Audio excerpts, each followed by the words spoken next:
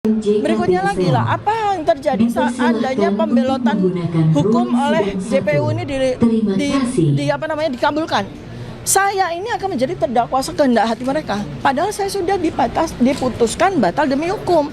Bahkan tersangka pun batal demi hukum karena seluruh berkas perkara itu sudah diminta oleh hakim dikembalikan kepada penuntut umum. Rekan-rekan media semuanya dan seluruh masyarakat Indonesia dimanapun Anda berada, alhamdulillah pada hari ini sidang yang kelima sudah kami lalui, yaitu simpulan dari saya pihak kami sebagai pemohon, dan kami juga mendengarkan simpulan dari pihak termohon yaitu JPU ya. Nah, saya pertama-tama mengapresiasi dan mengucapkan terima kasih kepada Pengadilan Negeri Jakarta Selatan, terutama Hakim Tunggal ya, yang selama 5 kali sidang ini sudah memimpin sidang dengan sangat baik. Sidang berlangsung dengan lancar, ya, tidak terjadi perdebatan, dan itu juga yang diminta oleh beliau dari sejak sidang pertama. Itu kami apresiasi, sehingga kami sebagai pemohon juga mendapatkan waktu yang cukup, ya, tidak pernah dipotong, sehingga kami bisa menyampaikan apa yang perlu kami sampaikan, keberatan-keberatan kami maupun pertimbangan-pertimbangan kami itu dengan sangat baik. Demikian juga dengan kami juga menyimak dari apa yang disampaikan oleh termohon. Nah, pada simpulan ini saya ingin menyoroti pertama itu dari apa yang disampaikan kesimpulan oleh termohon ya. Jadi termohon tampaknya memang kalau dalam bahasa Belandanya itu kopoh ya. Jadi kopoh itu keras kepala begitu ya. Seakan-akan menyatakan ya pada simpulannya tadi kami dengar bahwa amar putusan itu dianggap mereka tidak ada. Amar putusan yang jelas-jelas menyatakan bahwa hakim itu sudah memerintahkan untuk mematuhi pasal 75 ayat 2 dan 3 dan pasal 206 seandainya mereka memang tidak sepakat atau tidak menerima. Itu betul-betul mereka belot gitu ya. Artinya mereka benar-benar tidak mengakui itu. Dan bahkan tadi kalau saya mendengar simpulan di termohon itu tetap mendasarkan kepada P21. Jadi mereka itu membawa kepada seakan-akan sidang itu tidak pernah terjadi gitu loh. Sidang yang terjadi di PN Jakarta Timur 4 kali sidang dengan beban biaya begitu besar dari negara itu dianggap oleh jaksa itu seakan-akan nggak ada. Bahkan amar putusan pun juga dianggap oleh mereka seakan-akan tidak ada. Mereka menyiratkan bahwa ini kembali lagi ke P21. Padahal ini kita sedang menghormati sebuah peristiwa, sebuah proses hukum, prosedur hukum yang betul-betul kita menghormati apa yang ada di KUHP, apa yang ada di KUHP. Ya, dan saya terutama sebagai dalam hal ini mantan terdakwa dan mantan tersangka, bukankah seluruh masyarakat Indonesia, para media juga lihat ya bahwa sejak awal 11 Mei 2025 dan seterusnya saya menjadi saksi, terlapor, tersangka, saya wajib lapor berkali-kali, berbulan-bulan. Kemudian saya didudukkan dalam kursi terdakwa, saya selalu patuh. Tidak pernah saya mangkir dan sebagainya. Dan kemudian apa yang ditetapkan oleh hakim pada PN Jakarta Timur juga kami patuhi. Kami sudah bersiap-siap seandainya memang kejaksaan JPU dalam hal ini akan membawa perkara ini kepada pasal 206, artinya membawa banding ke pengadilan. Kami sudah siap. Tapi malah mereka sendiri yang mengingkari apa yang sudah mereka jalankan. Apa yang kita sama-sama jalankan itu mereka ingkari sendiri dan seakan-akan menafikan atau mengabaikan.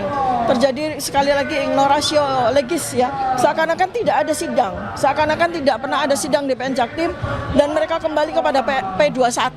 Mereka kembali menyebut-nyebut tentang tentang tersangka ya. Kemudian mereka kembali lagi menyebut tentang bahwa pelimpahan berkas P21 itu sah dan sebagainya. Mereka kembali menyebut kepada apa yang menjadi wilayah dari Polda Metro Jaya ya, dan jadi artinya seakan-akan bahwa semua proses yang sudah terjadi selama berbulan-bulan ini dianggap tidak ada. Bahkan kalau memang mau dibawa ke situ ya kami sendiri sudah menyatakan bahwa itu sudah terjadi sehingga kami tidak merapitkan gitu. Jadi saya dan advokat kami itu bersepakat untuk tidak memprapitkan soal kami dinyatakan sebagai tersangka. Padahal itu sebenarnya cacatnya tuh banyak.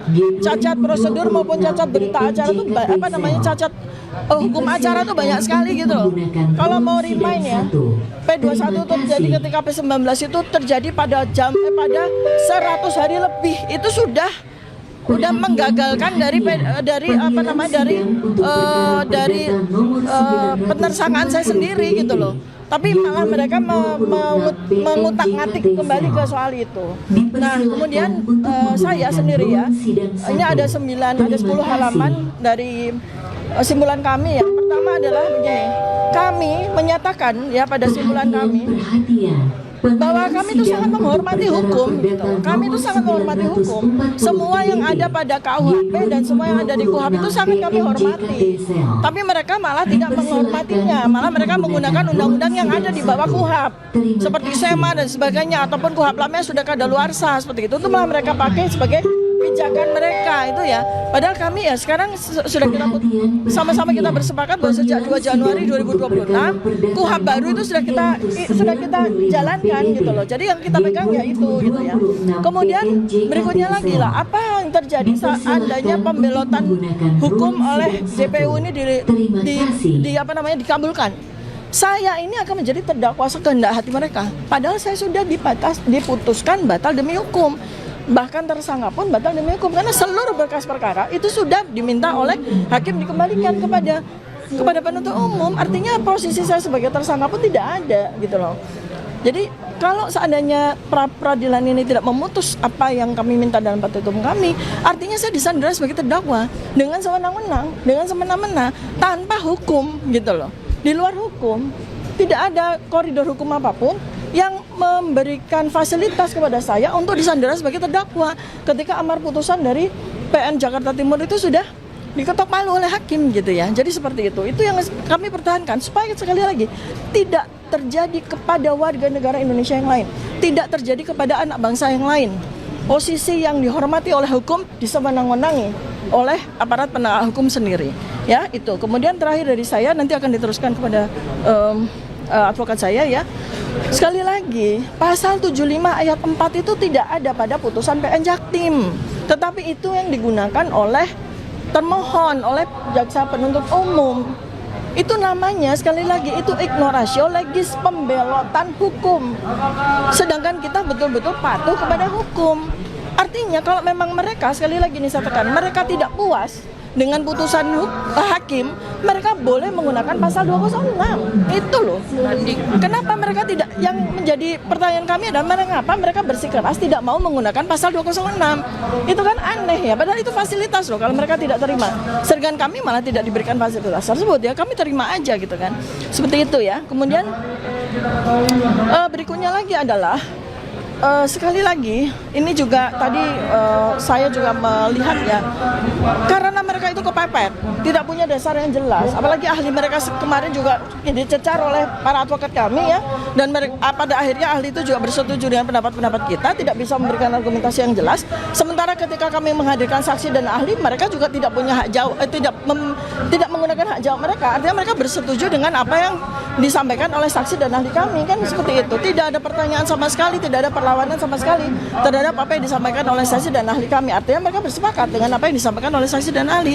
Kan itu udah jelas ya. Nah, mudah-mudahan sekali lagi ini saya berdoa, kami berdoa dan mohon doanya kepada seluruh masyarakat Indonesia bahwa untuk kesekian kali kita bermohon kepada Allah Subhanahu wa taala agar hukum betul-betul bisa tegak berdiri dengan seadil-adilnya dan sebenar-benarnya di tanah air kita tercinta ini. Mudah-mudahan mudah-mudahan keputusan yang diberikan oleh Hakim Tunggal pra-peradilan dari PN Jakarta Selatan ini menjadi hadiah bagi kita untuk hari ulang tahun kemerdekaan Republik Indonesia ke-81. Amin. Ya, terima kasih. Assalamualaikum warahmatullahi wabarakatuh. Silakan. Saya lanjutkan ya. Sebenarnya dari kesimpulan jaksa tadi itu jelas pelanggaran itu bukan hanya pelanggaran undang-undang, tapi juga pelanggaran dari putusan pengadilan. Putusan pengadilan tidak ada yang mengatakan mereka diperintahkan untuk merubah redaksi dan sebagainya, tidak ada. Batal demi hukum dan itu dikembalikan. Nah, kemudian status dari terdakwa dikembalikan tersangka, ini kan aneh juga gitu loh. Ya berarti persidangan ini dasarnya apa gitu. Yang kedua itu, kalau memang itu tersangka berarti harus dari awal, apalagi dengan nomor perkara baru. Itu harus dari awal gitu. Jadi bukan di tengah-tengah tiba-tiba. Ya seperti saya katakan, ini kan sudah terdakwa, kembali lagi tersangka. Berarti kesimpulannya apa? Mereka tahu persis bahwa dakwaan yang kedua ini terpisah dengan dakwaan yang, kalau yang diperbaiki kan dakwaannya yang diperbaiki. Kenapa kembali tersangka gitu? Ya kan? Berarti kan di dalam dakwaan ini isinya tersangka, bukan terdakwa lagi kan? Ya itu. Kemudian juga banyak hal yang tadi itu diputuskan sama kesimpulan tadi, itu diantaranya yaitu seolah-olah bahwa jaksa itu memberikan kewenangan terhadap mereka. Benar tidak ada. Mereka memberikan otonom, itu hak kami. memohonkan untuk melakukan pencekalan terhadap seseorang yang berdasarkan bukti atau keyakinan dari penyidik itu patut ditinggal karena hal-hal perkembangan dikhawatirkan melarikan diri. Penyidik ataupun dalam hal ini kepolisian hanya bermohon ke instansi yang berwenang untuk melakukan pencegahan, kira-kira seperti itu. Nah, boleh nggak imigrasi menolak? Oh, kami tidak setuju. Oh, kami setuju. Apakah itu mutlak harus diluruskan permohonan dari seorang penyidik? Iya, karena di pasal 91 itu dikatakan bahwa orang bisa dicekal karena surat dari kejaksaan, salah satunya dari kepolisian tadi. Tidak dikatakan di dalam undang-undang imigrasi bahwa imigrasi harus memverifikasi benar atau tidaknya. Jadi berdasarkan surat dari kepolisian itu harus dicekal. Pengertian dicekal ini kan belum tentu menjadi terpidana, tetapi yang bersangkutan diperlukan kehadirannya untuk menyelesaikan proses hukumnya. Jadi kalau pertanyaannya imigrasi perannya apa, ya perannya hanya administratif mencatat di pasal 91. Selanjutnya, kalau dalam hal ini penyidik melakukan permohonan, kemudian tindakan konkret yang berakibat seseorang itu tidak bisa melakukan perjalanan keluar adalah tindakan konkret siapa? Pemohon apa yang dimohon? Tindakan Konkret yang membatalkan sehingga seseorang itu tidak bisa keluar negeri. Itu tindakan konkret si pemohon apa yang dimohonkan? Oh, maksudnya apakah kepolisian ataukah imigrasi? Sebetulnya dua-duanya, Pak. Dua-duanya. Karena apa? Yang memohonkan, yang berkepentingan kepolisian, yang menerbitkan secara administratif dan melakukan cekal itu adalah imigrasi. Karena begini, ya, kepolisian berkepentingan atas subjeknya, orangnya. Imigrasi berkepentingan atas dokumennya. Jadi orang prosedurnya kalau kena cekal gitu, lalu misalnya pergi ke luar negeri, paspornya kan akan diambil di bandara. Dan di bandara muncul catatan. Nah, itu kepentingannya imigrasi. Jadi tidak bisa kemudian dikatakan ini kepolisian, ini imigrasi. Menjadi ranah keduanya kemudian. Begitu. Berarti ada tindakan konkret dari imigrasi sehingga seseorang itu bisa terhalang keluar negeri, ya. Oh iya, maaf. Oh iya. Nah, kalau menurut saudara ahli, supaya sempurna persidangan ini dan tunduk kepada keputusan yang mulia, apakah tidak ideal orang imigrasinya ditarik kemari supaya itu termohon?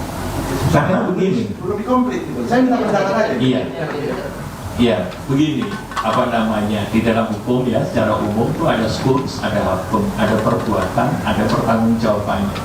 Sekalipun kepolisian itu bermohon, tapi kalau surat itu tidak diterbitkan imigrasi, maka kan cekalnya tidak akan terbit. Yes.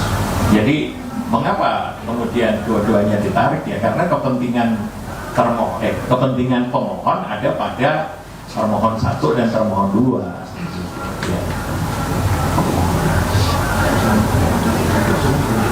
Terima kasih pencerahannya Pak ahli. Baik, terima kasih Pak. Silakan dulu termohon.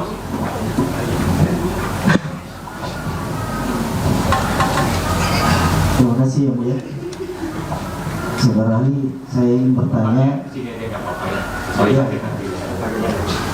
terkait asas numerus clausus objek pra-peradilan di pasal 158. Mohon saudara ahli jelaskan karakteristik kompetensi absolut lembaga pra-peradilan dalam sistem hukum acara pidana Indonesia, itu KUHAP.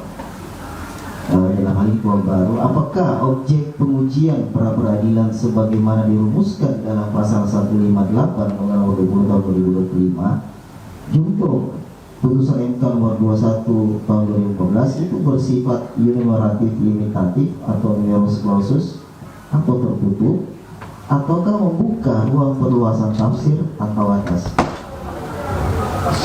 membuka ruang perluasan tafsir. Dari dulu dibatasi, dari dulu dikatakan, upaya pengertian saya dulu ini tahun 81 ya, dikatakan pra peradilan itu untuk menguji prosedur formal upaya paksa.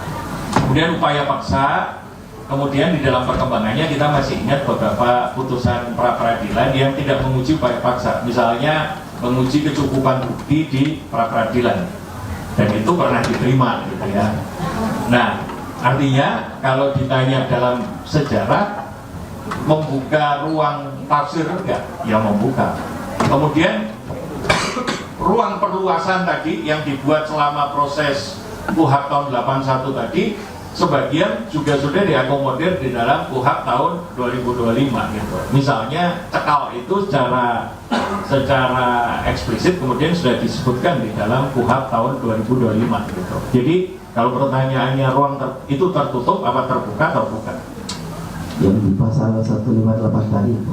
Iya, karena peradilan itu tidak boleh tertutup, Mas. Walaupun sudah ditentukan di pasal 158 itu objek peradilan ada beberapa poin di situ, berarti bisa dibukakan tanpa batas dari pasal 158 itu. Yang menentukan majelis hakim karena kan ada asas jus curia non fit. Walaupun undang-undang sudah mengatur, tetap diperlu sama hakim. Betul, karena hakim kan punya kekuasaan kehakiman. Oke. Kemudian pertanyaan saya terkait pencekalan. Saya tadi menyimak ada beberapa pertanyaan masalah pencekalan. Kalau misalkan dalam suatu petitum pemohon memohonkan bahwa pencekalan ini terkait permasalahan pencekalan, tetapi di petitum lain ada juga pernyataan bahwa pencekalan itu telah daluarsa atau sudah gugur dengan sendirinya karena habis waktu. Yang saya tanyakan kira-kira bagaimana implikasi hukumnya dan rasio residendi hakim nanti untuk memberikan pertimbangan terkait permohonan pencekalan itu. Nah, kalau rasio desidendi jangan tanyakan saya, Mas. Namanya saja rasio desidendi. Saya menanyakan pendapat saudara ahli. Kira-kira kalau saudara ahli, kalau ada petitum seperti itu, kemudian di petitum lain menyatakan bahwa pencekalan itu sudah daluarsa, sudah habis waktu, terus dimohonkan, yang nyata-nyata itu sudah tidak ada, dimohonkan, kemudian dimohonkan di dalam suatu permohonan pra peradilan, kira-kira bagaimana implikasi hukumnya atau bagaimana rasio disidendi pertimbangannya nanti untuk memutuskan itu, Pak? Gini deh, saya menghindari kata rasio